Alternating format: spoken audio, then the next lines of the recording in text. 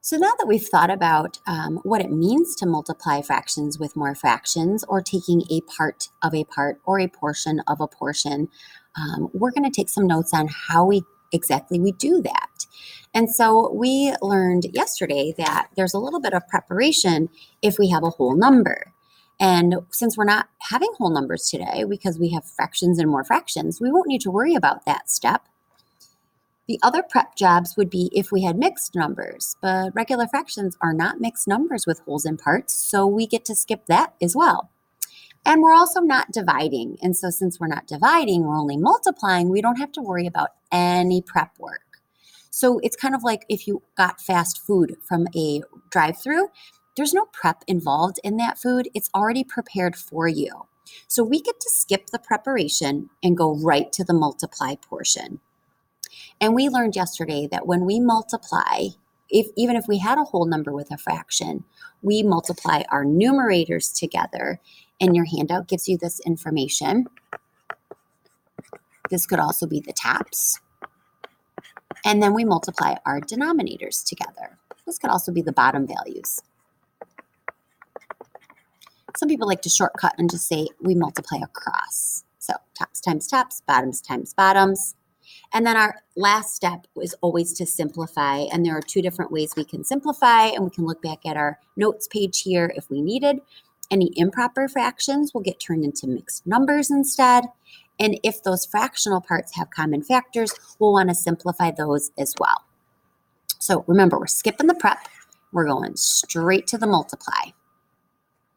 I'm going to find 4/5 of a half. So if I had a half of a cookie, but some of that were going to be given away, then I need to multiply 4/5 by 1/2.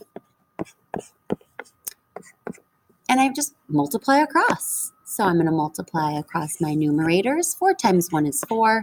Multiply across my denominators. 5 times 2 is 10.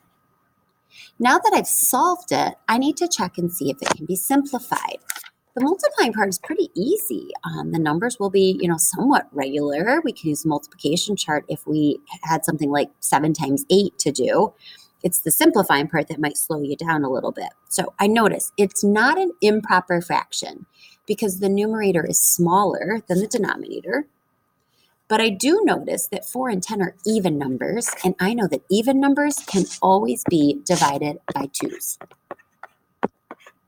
So when I simplify this fraction, 4 divided by 2 is 2, 10 divided by 2 is 5, and 2 and 5 have no more common factors, making 2/5 my simplified answer. We'll give you a chance to try one. Your fractions to multiply are 5/6 of 2/3. We'll pause the video while you work. So let's see if you multiplied and simplified correctly. If you multiplied, you should have gotten a 10/18. If not, maybe you multiplied funny. And simplifying, it would be 5/9.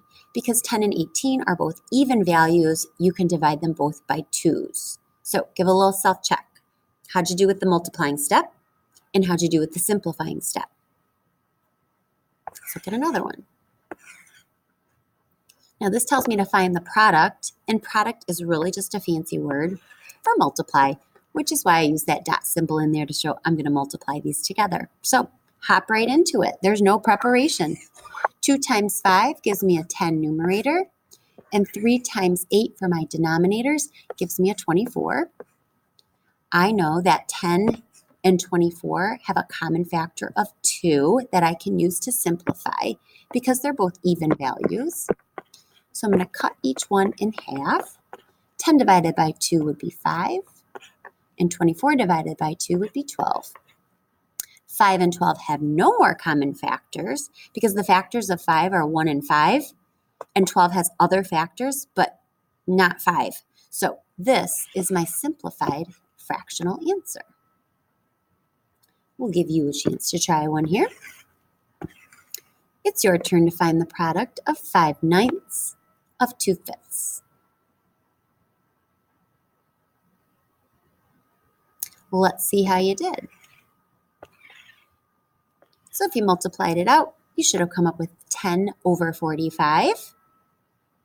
And did you know that the endings being 5s and 0s, did you remember that tip? We can always divide by 5s anytime numbers end with 0s and 5s because those are multiples of 5s. Did you end up with the simplified answer of 2 over 9? Do a little self-check here. How you doing on the multiply? How you doing on the simplify?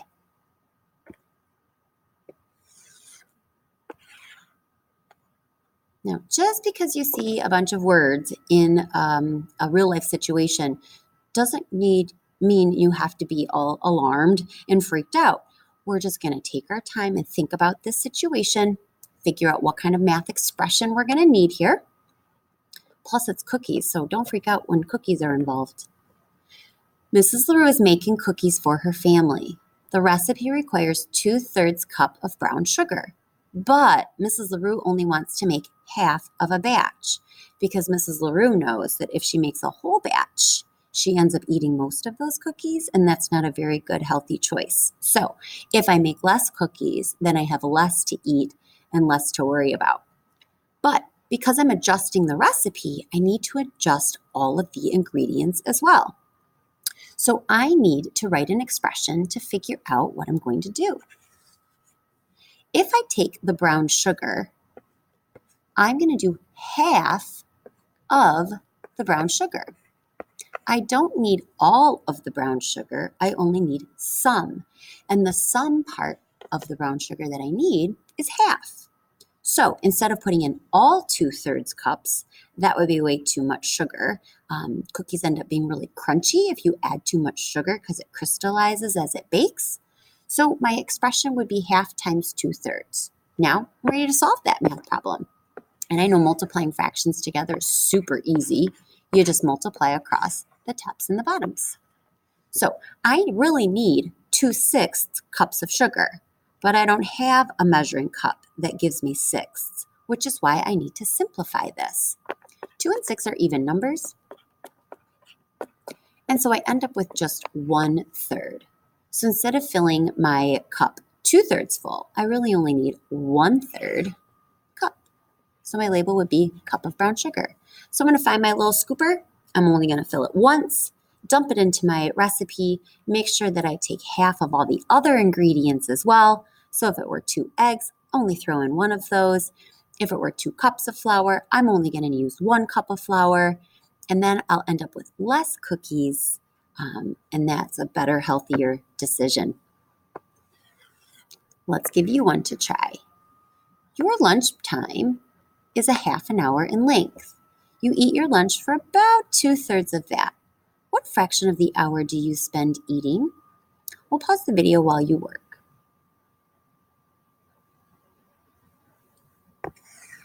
Well, let's see how you did.